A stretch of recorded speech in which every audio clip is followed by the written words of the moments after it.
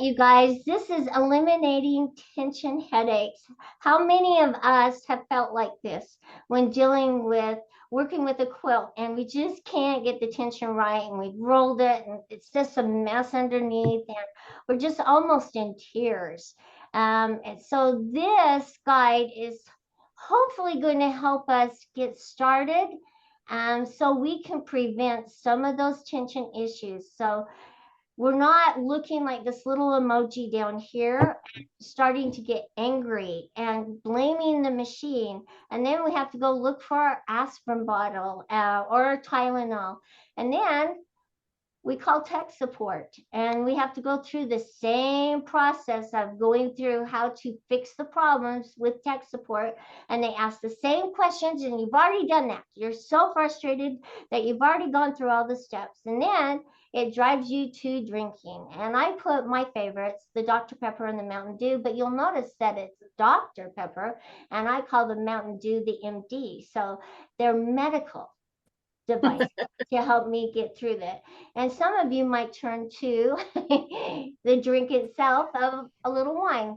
And then last of all, we want to not be unpicking. Okay. I say that's one of my hidden talents that I don't like to express that I'm really good at because I have done so much unpicking. Huh, Marie? Yes. Marie always teases me about unpicking because I don't like the stitch. And so one of the questions that was asked, they want tips for getting it set up right, their tension set up right for the first time. So I'm happy to announce that in this presentation, we have some new guides and new helps for you to print off so that you can put them next to your frame and machine to help you work through the tensions. And one of them is the pre-tension guide, the perfection tension guide. So it'll help you. And so I want you to use this new guide, and it's right here. So you can print this page off, and I know Jacqueline has put it in. And so it's like the pre-quilting checklist. It's going to help us identify what some of the problems are so that we can be preventative. And that's really important when it comes to quilting because I feel like those little checklists really will help us move forward as quilters in a better light and not let us get so frustrated because we've already gone through this little list and we've already fixed a lot of the issues that we're going to run into if we don't. So it's select your materials carefully. Now I want to express how important it is for the materials that you're using and quilting on to be testing on those same materials. So if you're quilting on a t-shirt quilt, you need to have a t-shirt type fabric there that you're stitching off so that you can get the same results and adjust your tension correctly. Use the same weight batting that you're using, and don't just pull something out of your closet. Use what you're using to quilt with. Okay, clean your framing machine. Very important, you guys. We create a lot of tension issues by not cleaning and maintaining our frames and machines correctly. So clean them out. Clean the lint and the dust out of everywhere. Look for those thread tails. Adjust your rail height. Now, if you don't have an idler rail, you need to make sure that you're adjusting your height of your rail while you're quilting. If you're getting a lot of play or vibration of fabric, then your rail height is too high. Oil your machine. Check your encoders beforehand. Make sure they're plugged in. I can't tell you, we have little gremlins that go around at the Grace Company and they play with machines. They're not even kids. Well, they are kids, okay? I call them engineers and educators. So they're going and pulling things apart all the time. So do your due diligence because you never know who's going to come in your quilting room if you don't have a lock on the door and play around with it. So double check everything and make sure everything's moving. Move your machine front to back, side to side. As you are doing that, check and fill for little patches in the little thread tails that get caught underneath the wheels, and you can literally fill them even if you have the automation on. So then you'll know that you need to look for those because they'll wrap around your wheel. I've even had wheels that have come off because the thread's wrapped around so much and nobody's caught it. Make sure you're pulling up your threads and cutting them. Do not move across your quilt without pulling up your bottom thread and cutting it off to move to the next section. That can create tension problems. Check your foot height, check your bobbin tension, thread your machine carefully, and then sew off using the tension. So that leads me to my next one. What is a good stitch? Everybody's asked me, what does a good stitch look like? We know what bad stitches look like. Now, how do you judge good tension? So I went and I found a picture of good tension. So this is what good tension looks like. And you can see that you can see an actual stitch, and the knots on each side are hidden in the batting layers. That's what a good stitch looks like. This is what we're trying to achieve on the top of our quilt and on the bottom of our quilt. So let this be your iconic picture that you're trying to achieve and work on. And then one person asked, getting, hang on, I have to move this. So getting the top thread not to show on the bottom, okay? So we're going to make a new rule of thumb here. All right, we're always telling you to start with your tensioner on number 1. It's very, very loose. I would like for you to then make your tension tighter so that the bottom thread is pulling up, and then you can back it off. And the reason I'm saying that is because when it's loose, your bottom is always loose. And it's hard to adjust that bottom tension without seeing what it looks like. So when you pull that bottom thread up and you can see the knot, you know that that knot is coming up and your bottom tension is going to look a little better. And then you can back off the top tension. So as we're showing, we're going to talk about what do the numbers mean. This is another question on the tension knob. So the numbers are the level of tension that you're getting. So the lower the numbers indicates less tension, and the higher the numbers indicates more tension. So as you're adjusting your dial, it's always lefty-loosey, righty-tighty. So turning it towards the right and cranking up the numbers, we want it to be a little tighter. So I have a couple little videos that I wanted to show you because somebody asked, what, after you've done everything and you're still frustrated with the tension and what it looks like, what are the chronological steps they wanted to know to take to then go through and adjust tension? And number 1, I felt like, is make sure your machine is threaded properly. Lots of times the thread will break, and when they do break, the thread gets wrapped around the needle incorrectly, or it gets double wrapped around one of the thread guides, or it pulls out of the tension disc. So make sure that you're rethreading your machine and pulling it through the disc correctly. So on my next page, because I'm going to go back and forth on these pages, I've got a little tension video that I wanted to show you about threading the machine. So I'll shut up and let me take the wheel on this video. Machine towards you, make it nice and comfortable. And I'm going to try to do this from the back, from the front. So my eyes aren't as good as they used to be. So just bear with me. So we want to make sure it comes through here. I'm going to floss it back and forth. And Karla, can you turn the volume up? Yeah. Let me start it over then. Okay, let me pause it and start it over. I will turn it up. Let me get to my settings, you guys. Sorry, on my laptop. I've got 3 screens here, you guys, so I'm...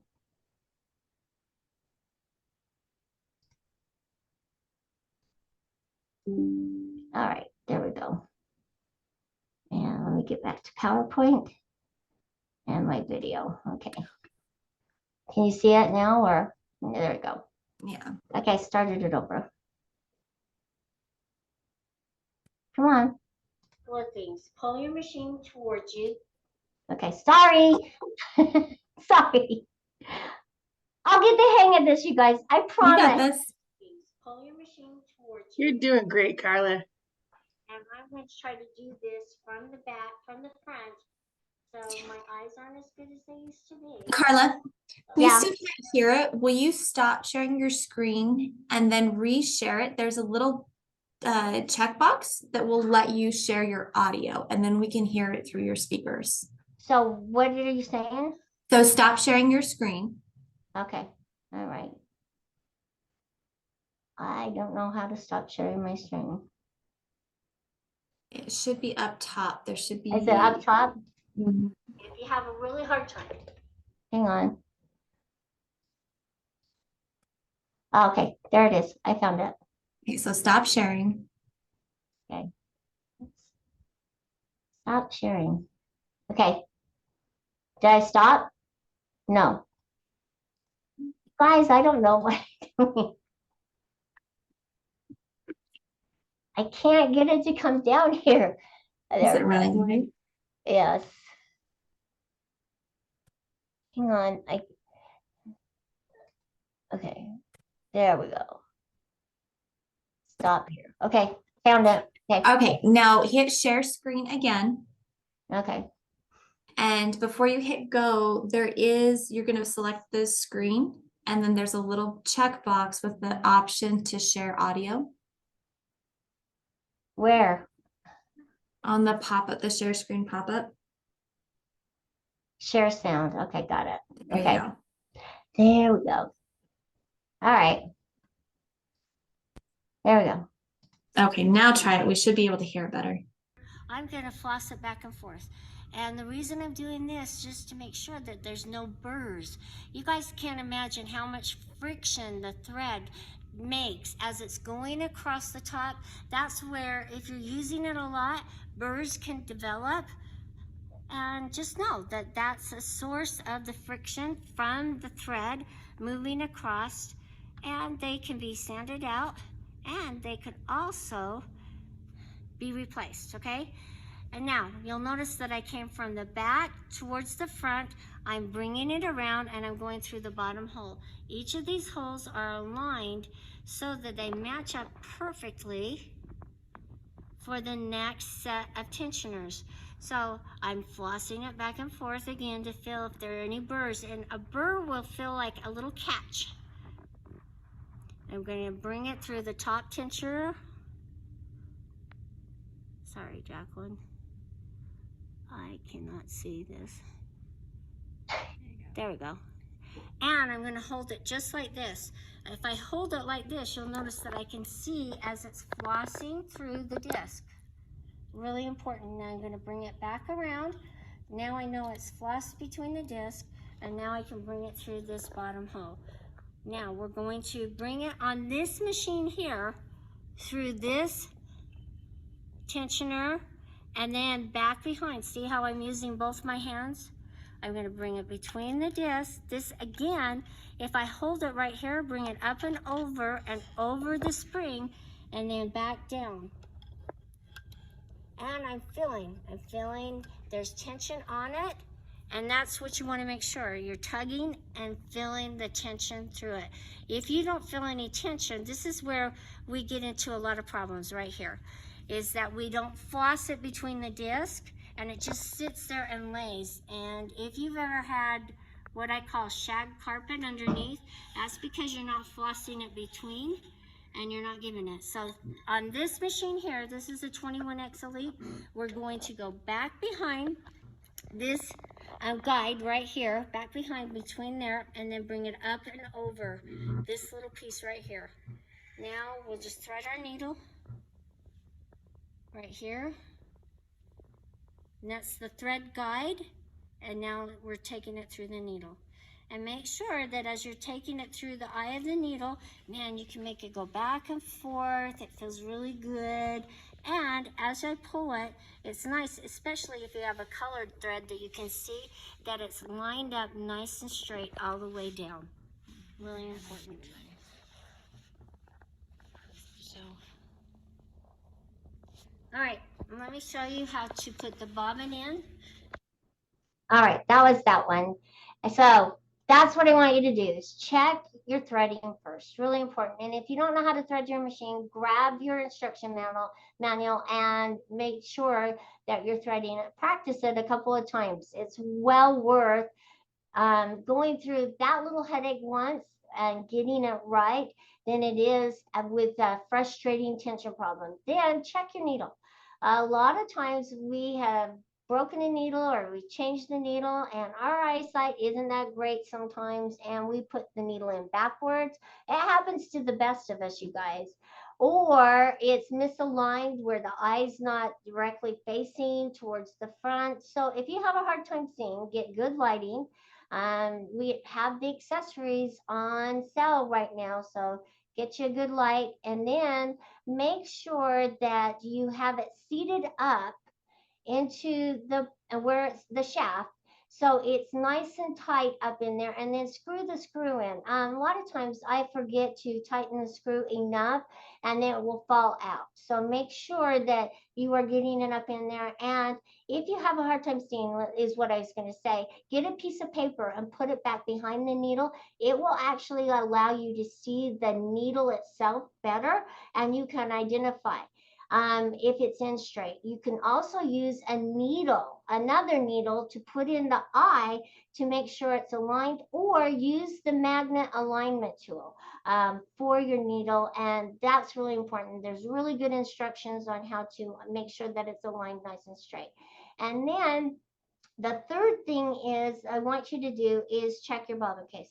Marie and I agree both on this. We never check our bobbin case and our bobbins enough while we're quilting. And we always are adjusting the top tension, but we never pull out our bobbin and look at it. So I have another little video that I want to show you, and it's this one right here. So some bobbin, okay?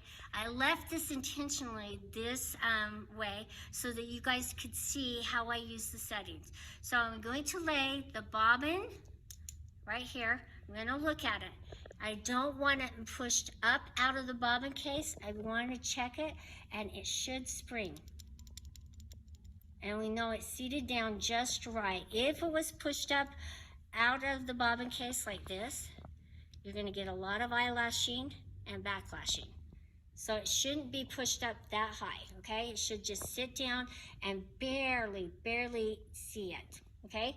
Now I'm gonna lay it with the bobbin exposed face up, take the thread tail that's coming out, and I'm gonna pull. And as I'm pulling, I wanna make sure that it's standing up straight in my hand. And you can see that's kind of veering to one side slightly as I'm pulling. That means it's a little too loose. Now, I want to stress this, really stress this, is that you're better off tightening it too tight, your tension, rather than too loose. You're going to run into more problems with loose tension than you are tighter, okay? If it's too tight, we can always back it off, even if the thread breaks. But if it's too loose, you run into a lot of thread issues, especially underneath. So let's tighten it, and it's lefty-loosey, righty-tighty. I'm gonna get my foot height gauge here. Sorry, I should have had that out. So I'm gonna get my foot height gauge here, and I'm just going to find the screw here, and I'm going to turn it towards the right. Lefty-loosey, righty-tighty. And just tighten it up just slightly, and see how nice it stands straight up, and the bobbin's not coming out, and that feels really good, okay? All right, so when I'm putting it in, I'm going to hold it in these two fingers right here, okay, with the lever straight across or horizontal. But instead of moving up over this pole here and putting it in, if I turned it and flipped it, guess what? The bobbin's gonna fall out because I'm trying to put it in. I don't wanna play catch up, and I don't wanna get around on the ground and try and grab it. And I don't wanna drop my bobbin case. So if you will go underneath this backing pole here and put it in, it's much better putting it in and seating it, just like that. Okay, one more little video that I need to show you. It's just about if you have a hard time putting the bobbin case in. This is if you have a really hard time, okay, and you can't see, and you have back issues or struggles with anything, okay? Sit down on a stool. Let it be that you're sitting down here, and that way you're not, bending over trying to catch it. Go again underneath this pole here and put it in. That way you won't be running around chasing it. Okay. Okay. There you go. So those are my little videos. Well, and I have a couple more. So just make sure that we're checking our bobbin case vigilantly, and then also make sure all the lint and the dust is out of it. Do not bend that spring, you guys. I know there are a lot of videos out there that they say to bend the spring so it's pushing the bobbin out. Don't do it, you guys. And always, the accessories are on sale right now. Get an extra bobbin case so that you guys don't have to stop what you're doing and order one, or that you can just continue on quilting. That's one of the things I stress in the class, is continue to have an extra bobbin case on hand. Now, if you're using like the magnet bobbins, you'll want a bobbin case for that. Just always have one ready and available if anything. And if you could drop it several times, then sorry, you guys. We're supposed to go through it. So that you guys could see how I use I'm going to try to stop them from the back, okay. From the front. There we go. So this page right here, I have gone through all the ugly stitches. And so these are the ones on the top of the quilt, and this is what you will do. So the bottom thread is being pulled up to the top layer of fabric, and it looks like you have stitches that look like eyelashes. Eyelashing is on the top. Quilt indicates the issue with the bobbin. So go and check your bobbin. Now, if they are on the back of the quilt, now that's another story. It could be a bobbin issue as well. It could be that the bobbin is being pushed, the spring is bent and it's pushing the bobbin up past it, so you get a little backlashing, but also that your thread isn't fully flossed between the tension disc, and you need to check the bobbin case again and the check spring. The check spring, as it's pulling the thread down, can be a problem, and it can make it so it's not springing correctly. Make sure you're checking out your pre-tension guide, your tension guide, because we did some updated pictures with it. Now, railroad tracking, the tension on the top thread is too great. It's too tight. And the tension on the bottom is too slack. That's why you're getting railroad tracking. And then if it's on the bottom, the top thread tension is too slack, so tighten it up. This bearding, okay, it represents you having the batting on wrong. Okay, you have the scrim facing up instead of down, so it's pulling up through. This right here, this mass, is most likely that it's not pulled between the tensioner. And make sure that you're checking that out. So if you can identify what the stitches are, then you can easily make some adjustments. This right here, the thread's too loose. Tighten it up, you guys. Take your fingernail and rub it against your stitch. If your stitch is really wiggly and it's loose, then tighten up your tension, both your bobbin and your top, so it's nice and even, because we don't want a loose stitch. And right down below, you have this over threading when it comes to the peaks, where it's over stitching at the points and it's pulling it up through. This means that your needle might be a little too big, and so it's pulling up the thread. So the thread determines the size needle that you're using. This down below here is the fabric is poking through, and so make sure that this also occurs when the needle is too large and the thread weight is being used. So watch your thread size, weight, and use the correct needle for it. Now, if you have long stitches, that's a stitch that doesn't have any holes where the needle has gone down to try to make it into a stitch. It's usually an encoder issue. Go and check your encoders.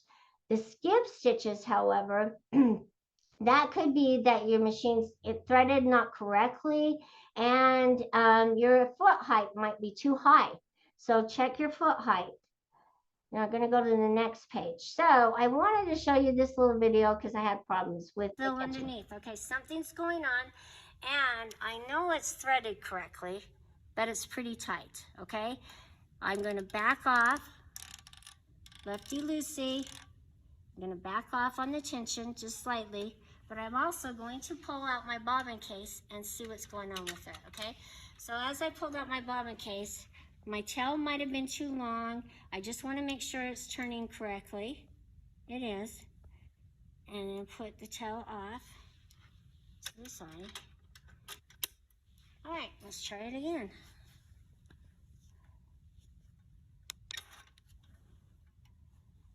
All right, that came up pretty good.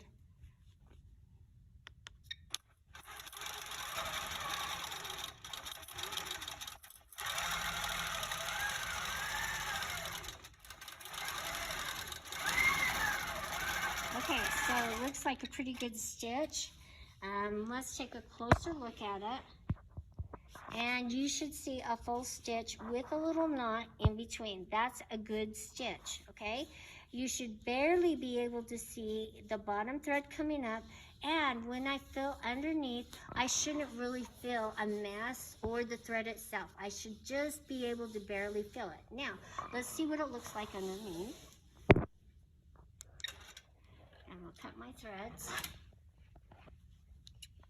And you can see that my thread tail from underneath, let's loosen this right here.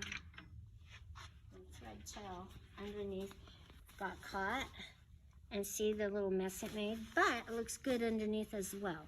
So when you're filling it, just make sure it looks like a stitch. That's a nice even stitch, and see the knot is evenly distributed all the way through. Okay, that looks good. Start with the tension tighter and then back off and loosen it up. You want to see that bottom thread come up at first, and then you can back off on the tension. Still underneath. Okay, something's going on. All right, you guys, on that, I found it really interesting that the thread tail, if it gets caught underneath the lever when you're putting it in, because we're really not watching where it is, make sure it's over to the left when you put it in and not so long that it can get wrapped around something. If you have a hard time pulling your thread tail up from the bottom, then that's a good indication that there's something going on with the bobbin case. It just seems to be that's what you need to look at, and that's probably the thread is wrapped around something, and that's why it looks a little messy underneath. And so that's a good indication. Pull it out, try it again, and then check your stitching. All right, so this is what it looks like when we have the wrong thread weight on the wrong size needle. It's very, very tight, and it's going to be hard for it to pull in. This is where you're going to get breaking of threads.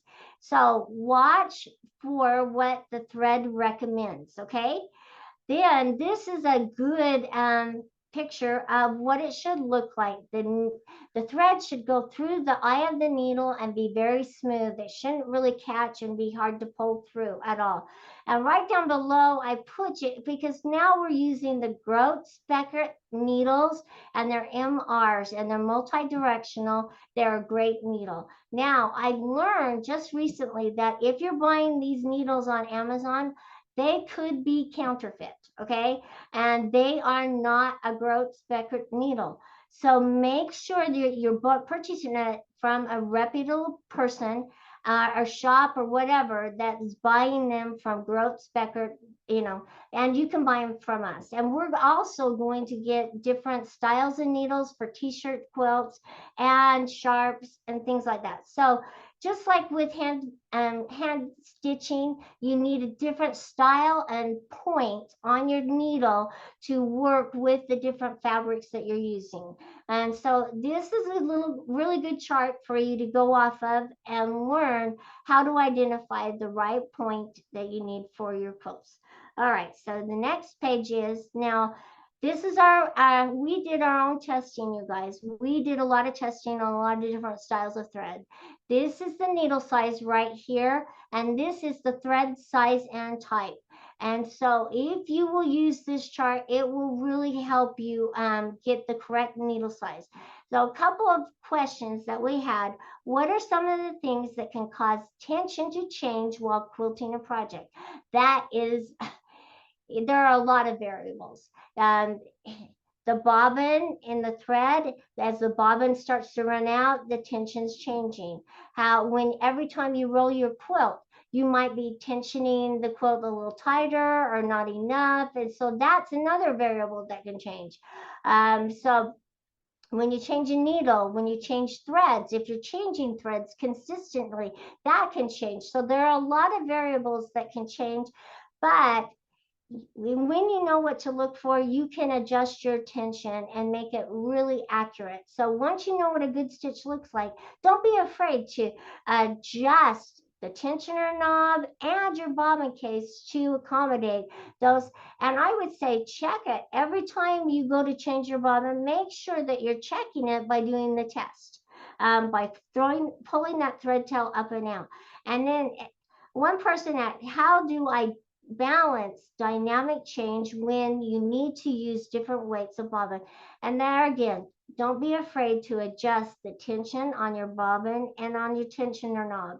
Once you know what the thread weight is, yeah, write it down and say that I turned it to number 1, but it could be slightly different every time you go to use it.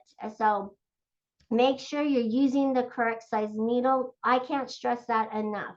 And then the bobbin weight thread is upper and lower are different. So try to use the same weight if you can, but if you can't, then just know that you need to use the correct tension on your bobbin case and the right size needle, and it should be good to go. Okay. All right, let's turn the next page. So this is your little test. I really want you to practice it. And next time we meet, we're really going to have more hands-on, and we're going to show you how these tensioners come together and show you how they work in comparison. So here's my little guide of how the bobbin should be seated in. You'll see the one to the right, it's pushing up and out. Now I had this at the show. I had one of the bobbin cases that it was pushing the bobbin up out just enough that I had eyelashing underneath. But I knew what to do and I knew how to take care of it. So I just went and got a new bobbin case. I didn't want to fiddle with it, and it was good to go. It looked really good. So that's what I'm telling you right under here, that it could cause a little bit of eyelashing. So really get a new one. So this is what bad stitches look like. So this is one thing that we don't keep an eye on. We look at the top tension and it looks good. But when we go to roll the quilt, how many of us see bad, terrible stitching? And that's because we really are starting out with the tension too loose on top and on bottom. So let's tighten it up and make it look a little more like a stitch on the bottom. And once you do, it will be good to go. So, and then I have a couple other videos. This is one that I have tightened the tension up, and you can see the knot coming up on the top, but you see it a little railroad tracking. So we need to slack off on that tension to pull that knot down. So we need to loosen it up. So don't be afraid to look at the stitch and make those adjustments. All right. Now here, right here, we can place 2 drops of oil on the hook assembly, okay, and work it in. And then instead of putting the oil in the I don't know, the oil hole at the top of the machines on all of our machines, take a little brush and brush the oil onto your needle bar. And then turn it on manual and let it work its way in. That will lubricate the machine. You know, if you're not oiling your machine regularly, that can also cause some problems with tension. So make sure you're cleaning out the hook, and take your needle plate off and clean it out as well. You'd be surprised at how many threads get caught down underneath here, and they can cause a lot of problems. So clean it out. If you've had a big mess, I would say take the needle plate off and clean it up. And then sometimes when a needle breaks, a portion of the needle can be down inside. You need to find all those little components so that they don't get caught down in there and get caught in the hook, so it's rubbing against it. So make sure you're cleaning it out really, really well. Now, this is another thing that can cause a lot of tension problem is how we wind our bobbins. We need to make sure that they're winding even and tight enough, so that it's going to help give you good tension. So if your bobbins look like this cone shape, you need to make some adjustments on your tensioner knob that for the bobbin winder. And don't be afraid to adjust these as well. Lots of times they're not in the right position. And so, and with time, like everything settles. And these slight little adjustments need to be made regularly. So make sure you're reading the instructions and adjusting the knobs. And also, don't be afraid to give it some more tension on the thread so that as it's winding nice and even to give you a good look, okay? So make sure you're adjusting the tensioner on the bobbin. And here we go. Okay, now I get to talk about long stitches and skip stitches, okay? Really important that you check your encoders. There's two encoders. There's the top encoder, which you can see because it's mounted to your sewing machine wheel. But the bottom encoder, because it's hidden down underneath the carriage, you can't tell if it's rubbing. So when you're doing your little checklist, get back behind there and look underneath, move the carriage back and forth and watch what the encoder wheel is doing. If you're getting long stitches, that could be the culprit. It could be just rubbing against the plate or the wheelbase of the bottom carriage. That is going to cause you long stitches. Make sure that the cords are plugged in correctly and they're not being pulled so that they'll unplug while you're quilting. That's another really important thing. Now, skip stitches, okay? That usually means probably one of the biggest culprits is that your hopping foot is just too high and it can't grab the stitch because it's up so high. So from your manual, make sure that you're checking the hopping foot height correctly. Make sure when you are checking the hopping foot height that your needle is in the down position. That's one of the biggest things is that we don't check the hopping foot height with the needle in the down position. And that could be a big problem. You could actually break a foot. All right, this is one that I really want to stress, and then I'll shut up, okay, you guys, because I filled your head with a lot of stuff.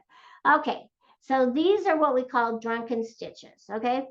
Drunken stitches usually happen when, and it's mostly using the automation, if our belts aren't tight, okay? If you've loosened them for free motion quilting, make sure that you re-tighten them. Also, another thing that we don't look at is what our stitch looks like as it's quilting using the automation. So here are the tensioners. Make sure you're tightening up both belts. That's the belt on the machine. That's your top belt. And your belt that goes across the frame, tighten it up as well. And make it tight, but not too tight that it skips the little teeth as it's going through it. Make sure it's threaded correctly. The other thing I want you to check with that, if the belts are too loose, if you've done it, it won't move. The machine will not move, and you can't set your safe area. And the other thing I want to talk about is aligning your wheels to your frame. So you have your bottom carriage, okay? It's not even your sewing machine, and it needs to be aligned to your long tracks on your frame. If the wheels are slightly off and you're using the automation, it can pull the wheels, will make your design flat, okay, in areas. So if you have a curved design and you're seeing some flat spots on your curve, that's a good indication that your wheels are not aligned correctly and you need to make some adjustments on it. The same thing is true for the sewing machine wheels. They have to be aligned to your top carriage tracks, your bottom carriage tracks, sorry. And so make sure you're using the set screws on the machines to all the wheels. I'm going to say this. I'm not an engineer, so I can say this. All the wheels should be riding on the tracks at all times. So move your machine back and forth across your frame. Make sure all the wheels are turning, and then move it front to back. Make sure all the wheels are touching the tracks and turning, and you'll be good. All right. Then this is just puckering. Also, the last thing that I'm going to talk about is tensioning our fabric too tight or too loose, okay? So the take-up bar should be a finger's width up off of the plate of the sewing machine, at the bottom of the sewing machine. And if it is up too high, you're going to get a lot of vibration and play in your fabric. This is going to cause tension, and it's going to make you have drunken stitches, because think about it. We know what vibration feels like. It feels like a jackhammer as we're moving across our our frame on our quilt top, if the wheels are not aligned correctly. Well, the same thing is true with the fabric. It can be flapping back and forth, and it can cause a lot of vibrations where your stitches are going to look really, really bad. So make sure your tension's smooth and even as you're rolling the quilt, and make sure that take-up rail is nice and even, and the front rail. So the take-up rail and the front rail should be nice and aligned, and it should be straight across. Okay, now side tension, you should have side tension. Now the bungees can get in the way. So if the bungees are going to get in the way of your quilt top and you can't quilt all the way to the edge, then use what I call as the side leader. Just make it out of fabric, pin it to the edges, and then clamp your bungees to it. This way you're going to have nice even tension all the way around your quilt, and it will make a huge difference. Okay, last but not least, you've got this. We can all learn tension. I know more about tension now because of you and because of teaching it. So no matter what the issue is, please email me. I want to help. And it's Karla with a K, Karla at gracefriend.com.